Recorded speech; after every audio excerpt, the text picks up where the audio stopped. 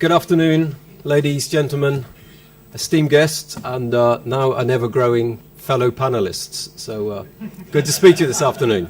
I'm going to try and keep this as short as I can because I think many of the things I'm going to say have been covered today, so that we get a lot more opportunity to speak to the panel. But just anecdotally, this time last week I was heading to Terminal 3 to catch a flight to Heathrow. And I was invited to London to meet with the group CEO. And all the CEOs from across the globe came for a weekend meeting to talk about our ongoing strategy. And you probably know G4S has had its issues, stubbed its toe on a few projects, but we're a learning organisation and very much looking at driving forward. But one of the key things that came out of that meeting with our CEO was the adoption of global standards.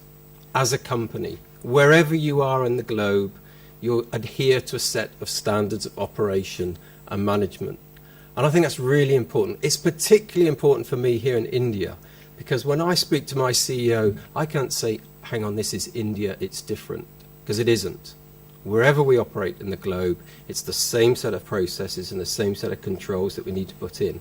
So my takeaway from that is that whatever happens with the PSIC Act moving forward, it's got to get better, it's got to improve. Okay? Okay. And any changes will be positive. In fact, it will make my life a considerable amount easier. The other thing to think about is when I speak to customers today, I may be speaking to the head of security for an MNC based in France or Germany or America. India is attracting a huge amount of MNCs here, but their expectation is a set of they operate to a global set of standards. So the way we operate and we service them here in India needs to be the same as they would see it anywhere else in the globe. I think that isn't a problem for us, it's a massive opportunity, and we should look upon it in that vein. So what I would like to see moving forward is that the 2005 becomes 2014 and 15 and 16. It's a continually changing act that's improving as we grow and improve the business, improve the operations of security here in India. So moving on, you've been inundated with numbers all day, and I've been sat looking at them and I've flicked through the Ernst & Young report. But whatever way you look upon this, India is a massive market, a massive security market. For us, it's particularly in the organised sector, a significant part of the market. 20–25% of the 15,000, or is it more, around that number, suppliers are in the controlled sector operating with the lion's share of the value. Predominantly, we are a manned security business here in India, and that is the predominant trend of security here. But undoubtedly, electronic systems are going to grow.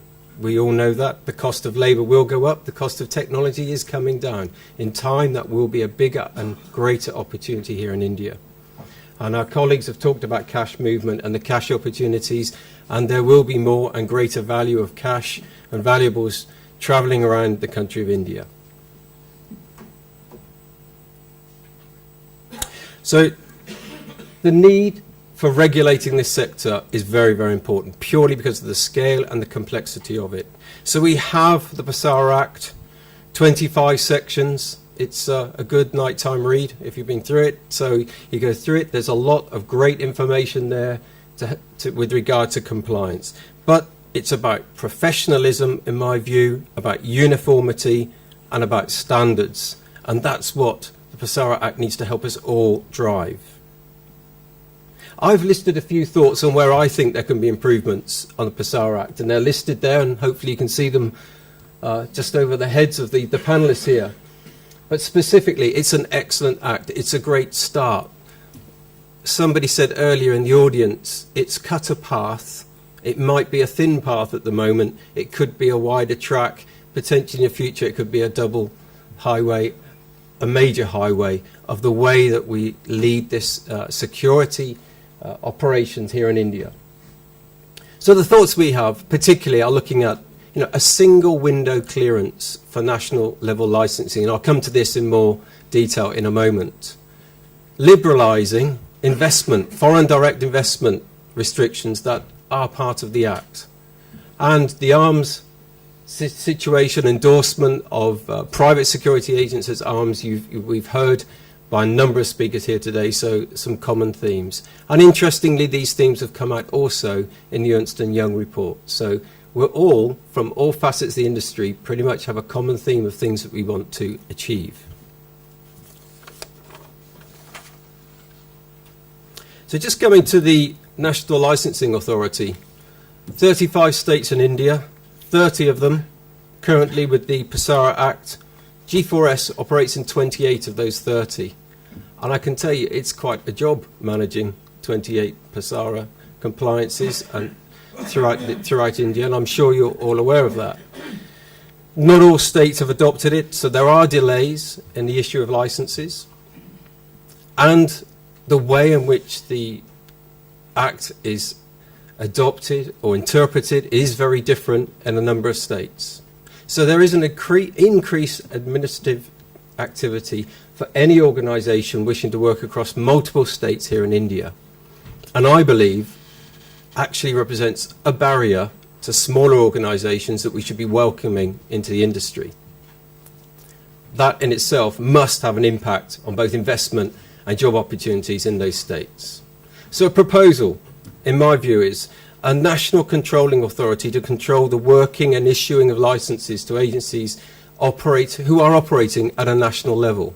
We could set some barriers. If you're in more than 10 states, perhaps you get a national license, but it would actually support a far more even adoption of the license across all states. So, food for thought, I hope. Moving on FDI. I don't know how many of you were watching the TV last night. David Cameron was in Kolkata, and he was interviewed by CNN and India Today, I believe was the two interviews. A very interesting discussion. As he was Ratan Tata stood up and said, Mr Cameron, welcome to India. I'd just like to thank you for the way that you welcomed me to the UK, for our investments in organisations and companies in the UK and Europe, particularly in the Jaguar Land Rover opportunity. He was pleased that Mr Cameron was driving around India in a Jaguar as well. But what he was saying is it was very much easier for an Indian company to go and invest and grow in the UK. Likewise, coming back into India, it's a pretty tough thing for foreign companies to do, working back into India. You may know that the World Bank listed India 134th out of 135 countries for ease of investment. So it's a lot of bureaucracy and a lot of issues to overcome there. So there's an opportunity for improvement. But the area I'm looking at here is foreign direct investment. I think it's got a negative impact on the country and on conducting business, particularly in the security domain. Restriction of foreign investment, a minority investment of up to 49%, really does stop some global companies coming and investing in security. I think our security market is going to need large amounts of investment as we grow the value, as we grow the technology areas, particularly here in India. And it does feel a little counterintuitive to the government liberalisation of foreign investment in a number of other areas compared to this sector alone in foreign shareholding.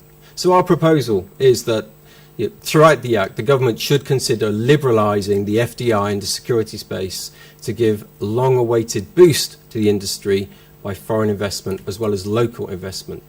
We are all in favour of supporting local industry here in India, but we should welcome foreign investment into the security domain.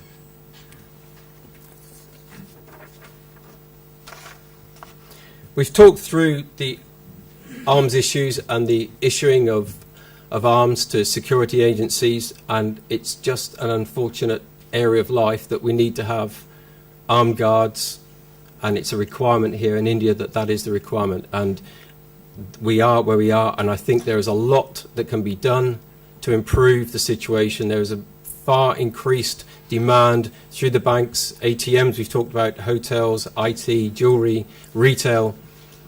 High net worth individuals are all seeking a higher level and higher trained armed personnel.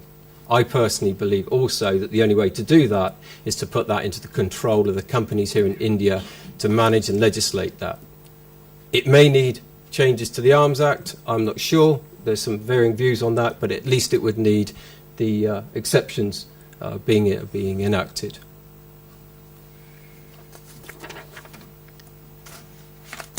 And a few suggestions just outside of PSARA. I spend a lot of time talking to, particularly to my overseas colleagues, talking about 8 hours, 12 hours, 12-hour allowance, 8-hour allowance. This is how it works in this state. This is how the PI process works in India. It's a very complex labour situation to run across the India domain. I believe that we could do well to have some form of central wage board that represents this industry and the people that work within it, and help set industry-specific wages, help set conditions of service, the lowest level. It could be tiered depending on the size of the organisation and the type of work, but really providing the correct conditions for the security personnel, for the supervisors, and fix that under the Act. And I really feel that would be a big advantage for all of us that spend a significant amount of our time not only explaining it to our customers and our colleagues on how to move this forward. And I think that would actually bring alignment for some of the areas like the Maharashtra State Board, etc., with the PSARA Act, where we have these multiple acts in place. So, one for food of thought. So, those are the thoughts from the G4S business. We've spent some time talking about this prior to this event, and thank Vicky for inviting us to talk here. But I really do feel that what we're trying to build here is value and trust. In order for a security guard here in India to stand alongside a police officer, to stand and run a police force, to run a prison, to run and manage the security airports, to be involved in critical national infrastructure, it's the perception of trust, the perception of value, and the training of the individuals that we're putting in here. And I don't see it as a challenge, I see it as a massive opportunity for us. It's time-bound, but it's there. When I speak to my colleagues, and you go around the globe, you see organisations such as these working alongside policemen, firemen, prison officers. We need to be in the same place with the security people here in India. Thank you very much indeed. Thank you.